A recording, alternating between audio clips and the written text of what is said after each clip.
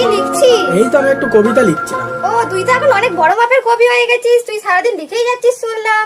হ্যাঁ ওই আর কি কবিতা কবিতা একটু হ্যাঁ লিখছি। কবি কবি ভাব আর ছন্দের অভাব। কি রে তোর এখন খুব নাম হয়ে গেছে, এখন তুই এখন কবিতা ফবিতা লিখছিস, এখন সব বড় বড় এখন কবিতাকে এখন হার মানিয়ে দিচ্ছিস। একটা কবিতা একটা বলে একটা শোনা, একটু শুনি আমরা দুজনে। আচ্ছা আচ্ছা তাহলে তুই একটু ওয়েট কর, আমি হচ্ছে কবিতাটা শোনাই। হ্যাঁ ঠিক আছে, শোনা শোনা। শোন তাহলে। আতা গাছে তোতা পাখি ডালিম গাছে সैयारा तू तो बदला हुआ है पागल। এই যে তারপরে কি ছিল?